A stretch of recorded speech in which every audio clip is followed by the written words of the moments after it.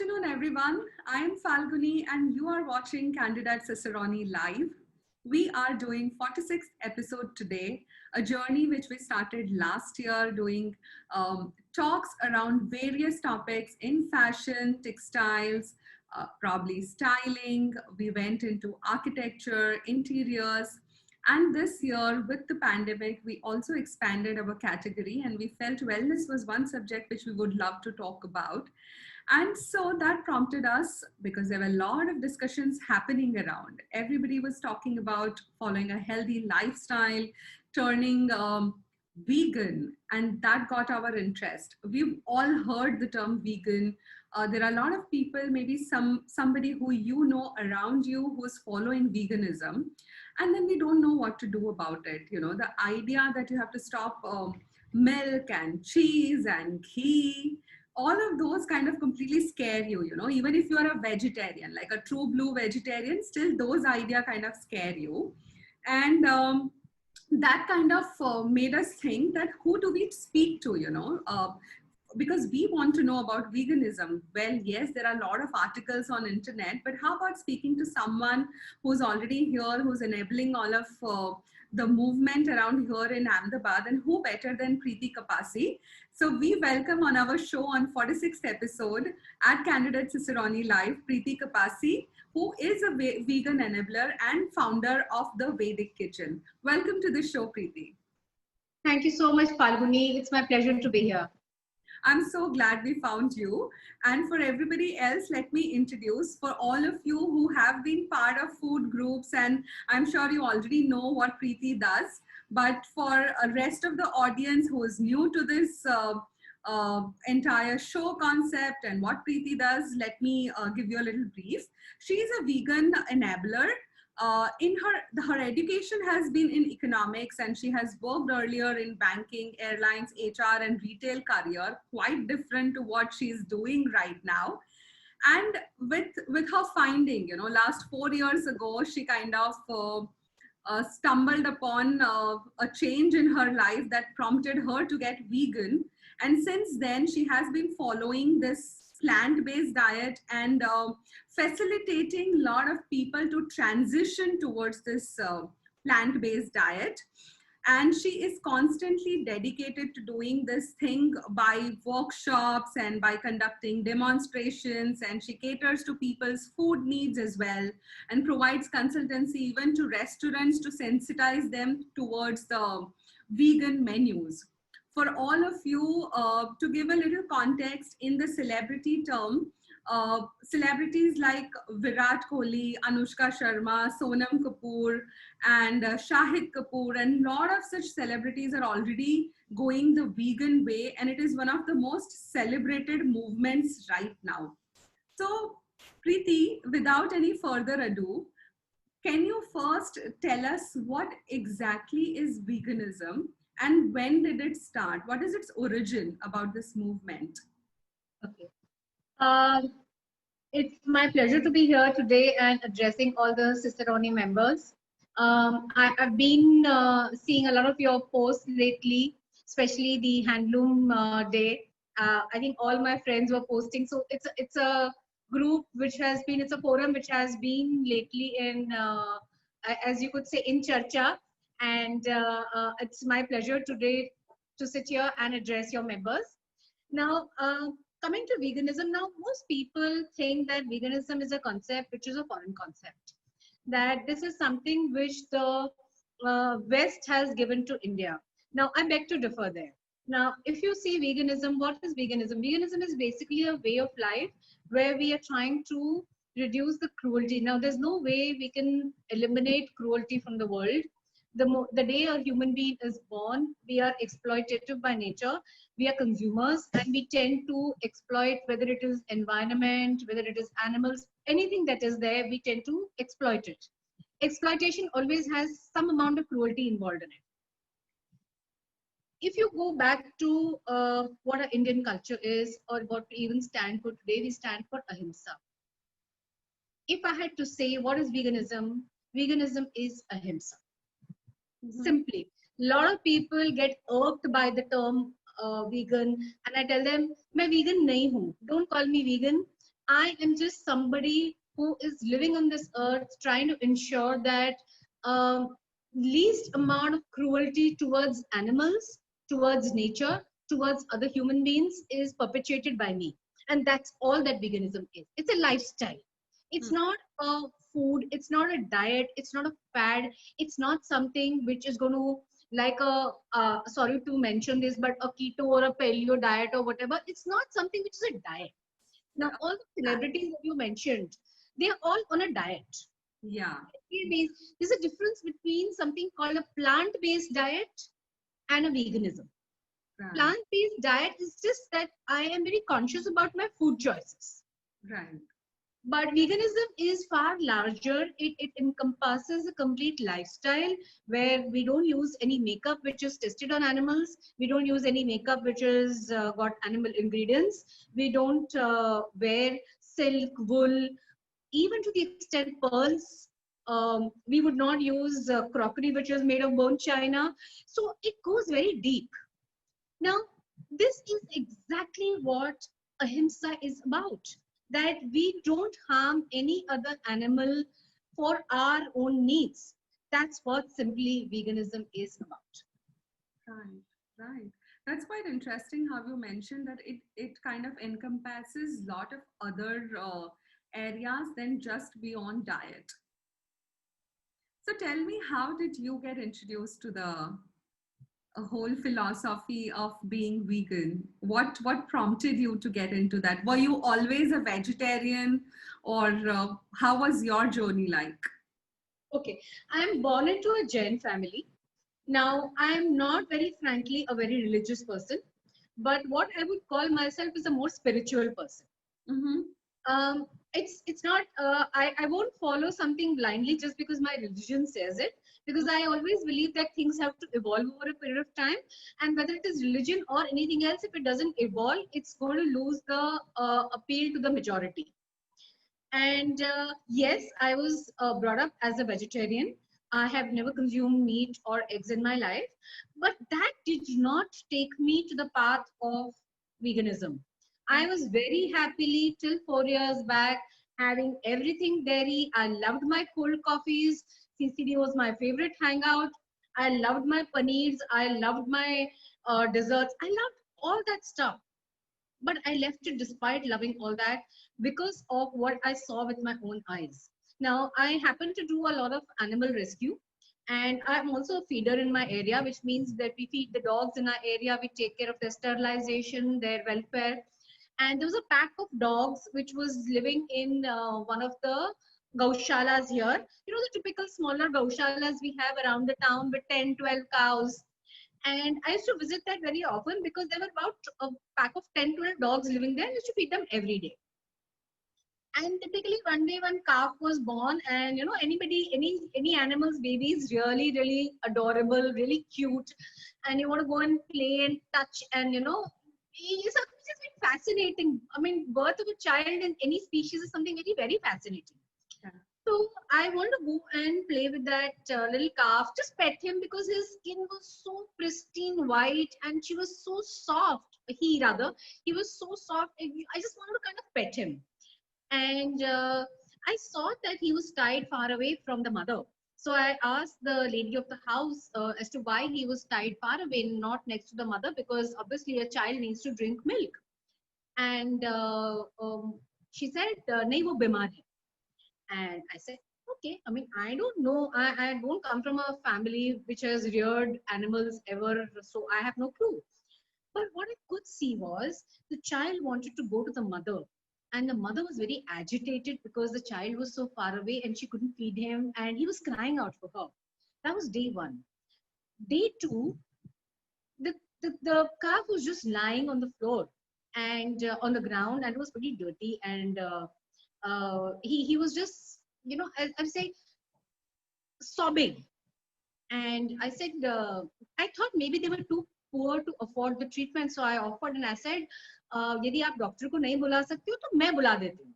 So she said, no, no, the doctor has come. He has given treatment, but he has told her, he's told us that the calf should be tied separately. It should not be next to the mother, otherwise mother will also catch the infection. Okay, possible. Who am I to dispute it?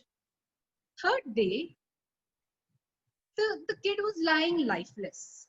I mean, there was absolutely no Jaan. You could actually see the life was going out of him. You could actually see that he was at the end of his life. And it hurt me somewhere. But then I came back home because this, what could I do? And the fourth day, obviously the kid had died, passed away, and they had removed it. This happened. My life went on. A few months later, again the same place, another calf was born. And I saw the same thing happening. And that's when my tube light went on. And I said, this cannot be coincidence that the same thing is happening again. So typically what was happening was, if it was a male calf that was born, he was starved to death because legally they cannot slaughter him. So he was starved to death in front of the mother so that the mother would keep lactating and we can take away the milk. Right. The story which happens after this is horrifying. They actually remove the internal organs of the calf and they stuff it with grass and they leave it next to the mother. So the mother thinks that the baby is still there and she keeps lactating. Because the mother will not lactate if she finds that the baby is not alive anymore. So where do we get the milk from? If she doesn't produce milk, we cannot take the milk. And that is called something called khal bacha, which is a term which I didn't know, which I came to know much, much later. But one thing I knew somewhere deep down in my heart, that what was happening was not right. So I took a decision. I said, if for that milk which the mother is producing for her child's nourishment, if this is what is happening, I can live without that. There is absolutely no need for me to have that. There is a gazillion things on earth, despite being a Jain, there's still a gazillion things on earth I can eat, but that child can only have the mother's milk. He doesn't have any other option. He cannot have grass, he cannot have roti, he cannot have anything else. Can you imagine feeding roti to a newborn child of a human being? No, the child needs mother's milk. And there is no mother on earth which produces extra milk than what her child requires. It's a myth that they produce more milk. It's a myth that if we do not milk them, they are in pain. These are all myths which I would love to bust in a slightly longer session because it's a very wide topic. Right. So this is what prompted me. I didn't know about veganism. I just knew that I wasn't going to have milk. And it was only, I think, about a month later, through one of the Facebook forums, discussing with friends in terms of what had happened. And when I put this post, somebody tagged me and said, why don't you join this forum called Vegans in India? And I joined that forum, despite not being a vegan at that point of time, not even knowing what vegan was. I joined and it just opened my eyes that there is so much cruelty in the poultry, dairy, meat. I knew there is cruelty, but I didn't know the extent of it. So that's what solidified my decision of being a vegan. And I can say that I would remain an ethical vegan till I breathe my last breaths. There's nothing on this earth that can change my mind. You use the word ethical vegan. What does that mean? I'm sorry, I couldn't hear you. I said you used the last word. You said ethical vegan. Now, what does that mean? Your voice has kind of become very from far off. I don't know if other people can hear it. What do you mean when you say ethical vegan? Okay, there are vegans which are of three kinds. People who are ethical vegan are vegan because they they are against the cruelty against animals. Those are the ethical vegans. They're the ones who would not wear the silk, wool, the complete lifestyle.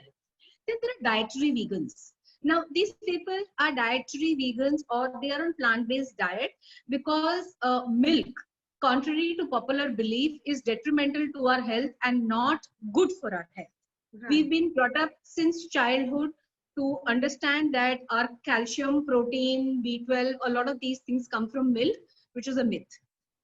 Today, you don't get B12 even in animals. They're injected with B12. because the B12 from the earth doesn't come into the animal to pass on to us anymore. So we don't get B12 from milk. We do not get calcium from the milk because the calcium which is there in the milk is the calcium which only the calf can process. Mm-hmm. A human body cannot process that calcium. In fact, the cases of osteoporosis in milk drinking nations are the highest. Why is it that today every family we drink so much of milk and consume so much of dairy, yet we are calcium deficient? Mm-hmm. Because that calcium, animal based protein and animal based calcium, the way our body processes it very different.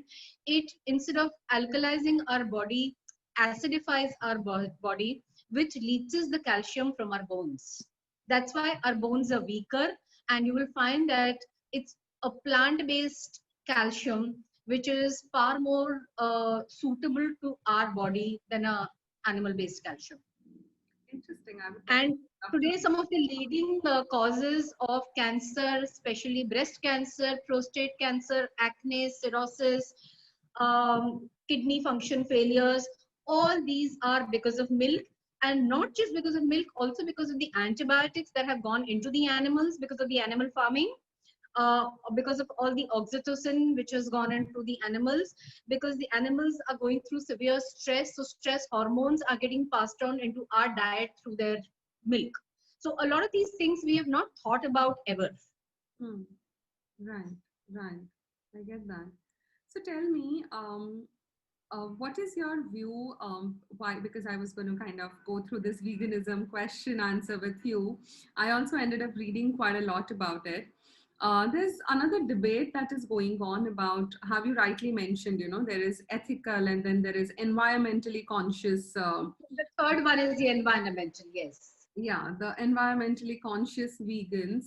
And since we all use a lot of digital medium, we see a lot of recipes being circulated, which kind of really focuses on avocado and chia and goji berries and a lot of such things. And the debate kind of ensues that this fruits are produced far, far away, and the carbon footprints that are kind of generated by these fruits or food products to travel to you are way more higher than any other food that was locally available that was non-vegan.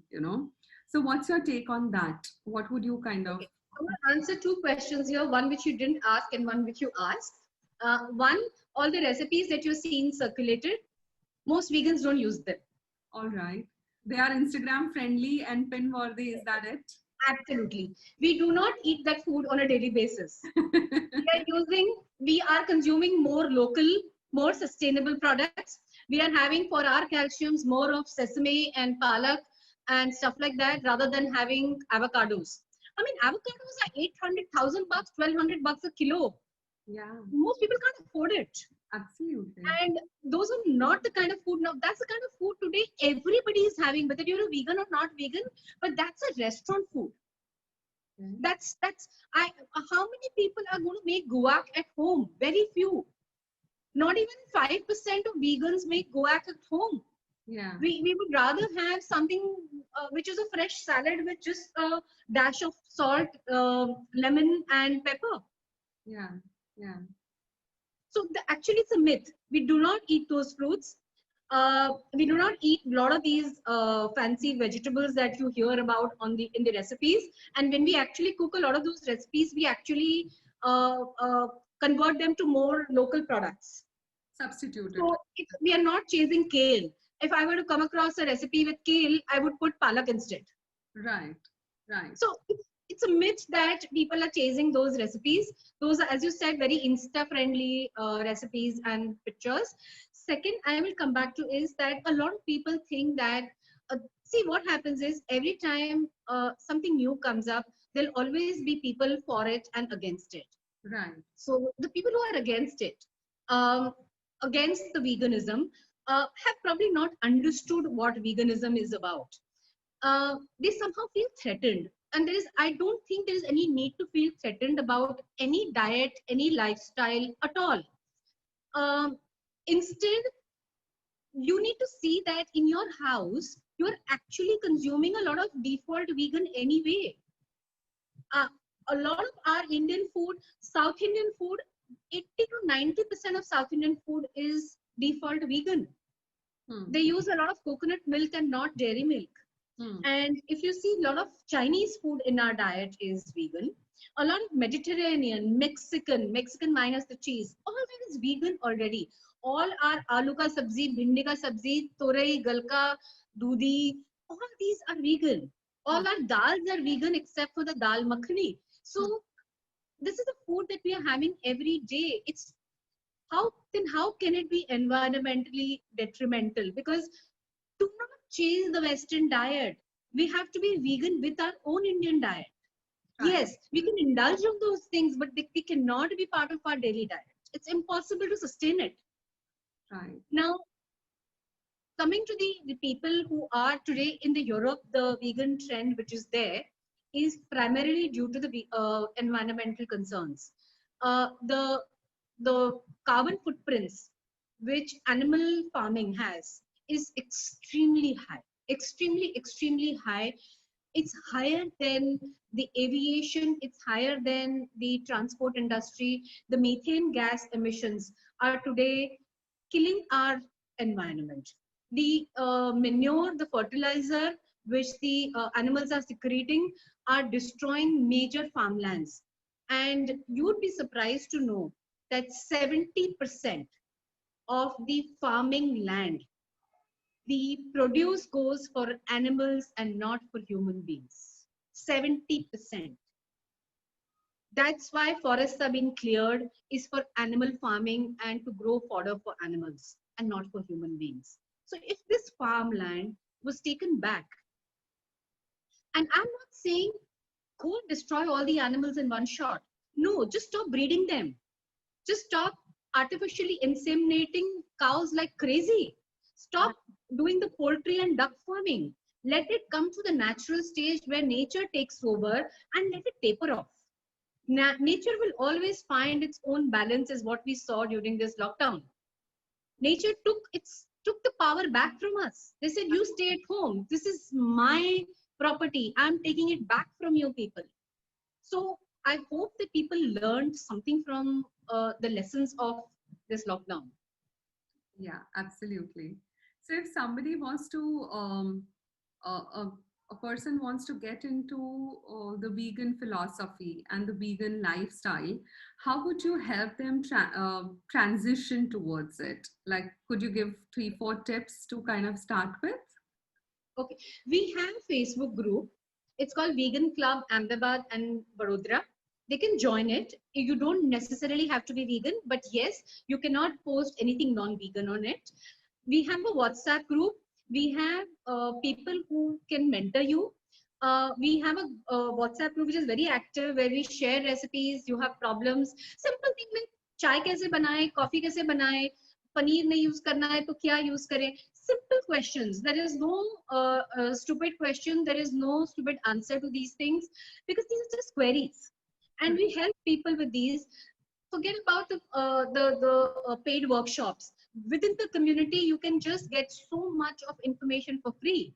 And all the YouTube channels, I learned maximum from YouTube channels. All my education about vegan food happened through YouTube channels. I tested, I tried a lot of dishes. A lot of it went wrong, but over a period of time, we learned a lot of these things. And nowadays, there's so many vegan channels which you can follow. And a lot of people think that it's going to be more expensive, because they think that everybody is drinking kaju ka doodh and badam ka doodh. You'd be surprised that if you make kaju or badam ka doodh at home, it costs you 60 rupees a liter. Okay. How is that more expensive? Why do you want to go and buy a Tetra pack at 300 rupees a liter, which has 4% almond content? Right, right. Make it at home, and it's a breeze. It's so easy. And in fact, now you'll see so many stores which have already started carrying vegan cheese, vegan butter, vegan curd. You get soya paneer, and very good quality. Earlier, the quality was kind of not so good, but in the last a year, 2 years, I've seen the quality improve drastically. There are restaurants. There's a exclusive restaurant called the Vegan Kitchen, which is on Drive-In Road. And there are so many restaurants like Gopi, Parosa, Dravida. They serve fabulous vegan food. I mean, just on Sindhu Bhavan Road and around, I've got at least 5 restaurants, Punjabiyat, all these people, they do fantastic default vegan meals or veganization on request. So it's not that when you go out, you will be deprived of your pizzas and pastas and your friends are going to be enjoying and you'll be just twiddling your thumb. No, you get everything. There is absolutely nothing that you today don't get in the market when you go out to eat. Sure, Preeti. So besides joining the group right now, can you give them a couple of tips to kind of help people, like the readers or the viewers right now would be interested to kind of understand at least basic 3, 4 things that they can swap to make an initial shift. Of course, they can join the group, but to kind of start with. Okay. One, I can leave them with a beautiful recipe of how they could make their next beverage vegan. All you need to do is for every cup of dry fruit, an almond or a cashew that you soak it overnight. Next day, drain that water and blend it in your blender with 4 times water. So you've got 1 cup of almonds, then you blend it with 4 cups of water. Then you get something like a Shakti kind of a consistency of milk. If you want the taza kind of consistency, it's almost 6 times the water. And you leave it. The moment you leave it, a nut always absorbs water. It kind of thickens a bit. And you use it next day for your tea or coffee or even immediately. The only thing you need to ensure is don't ever boil plant-based milks. Instead, just heat them till the boiling point. So if you're making coffee, you heat your water, put your coffee powder in it, and just heat the milk and mix it. Now, if at any point of time in your tea or coffee you find that it's curdling, actually it's not curdle. A plant-based milk, only protein separates. You can just take a blender, blend it again, and you're good to have it. Okay, that's very So interesting. you can try this. Now, Gujarat is a very permanently, there's a lot of Kathiawadi population here, and every Gujarati loves his chash. Yes, So chash is something which is a staple in our every diet. You go for any food, you want chash at the end of it. right. Without setting curd, you can make chash very easily by just taking the second and the third extract of the coconut milk. You know, when we take out coconut milk, we take the coconut, shredded coconut, put it in the mixer, put water, blend it. So the first extract is when you strain the first time. Yes. Second extract is you put water again and again blend it. That's your second extract. You can do it till 3 times. So your second and third extract and a dash of lemon, Hmm. a little bit of black salt, bhunawa jeera, and whatever else I'm telling you now is optional. It just adds the flavor. Ginger, mint, coriander, curry leaves, all these things you can add to your chash. And believe me, you will get fantastic chash, which tastes amazing and is so refreshing. And it's got extremely good fats in it. Right. Right. That's very, very interesting. छाछ पण मળી गई ને दूध पण મળી ગયું. I'm sorry, again, your voice faded away. No worries. It was just a small little joke. But Okay, tell me again. I said છાશ પણ મળી ગઈ અને दूध પણ મળી ગયું. So we are good. Absolutely. and I'm always available. You can look me up on Facebook as Preeti Kapasi. And if you have queries, you can always ask me personally. I try to find time to reply to everybody personally. Otherwise, you can just join the group. And on the group, there are almost 300 odd members on the Facebook group. And on a WhatsApp group, also, we've got about 100 plus members. So somebody always replies. The Right. group is 24/7 awake.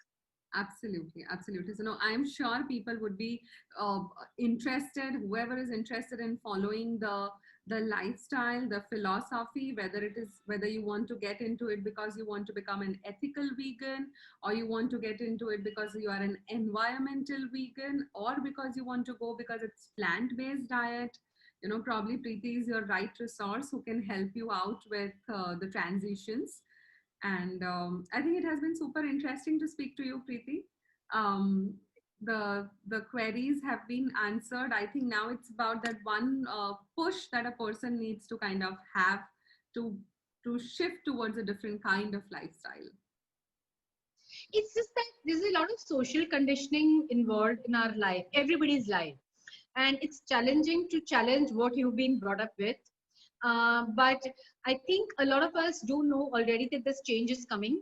And it's just that the easier, the quicker we accept the change, and the less we fight it, the easier the transition is. Now, if anybody thinks that they can't do it, they won't be able to do it. Right. But the day they decide that yes, this I can do, they will not find any hurdles on the way. They will find their own path.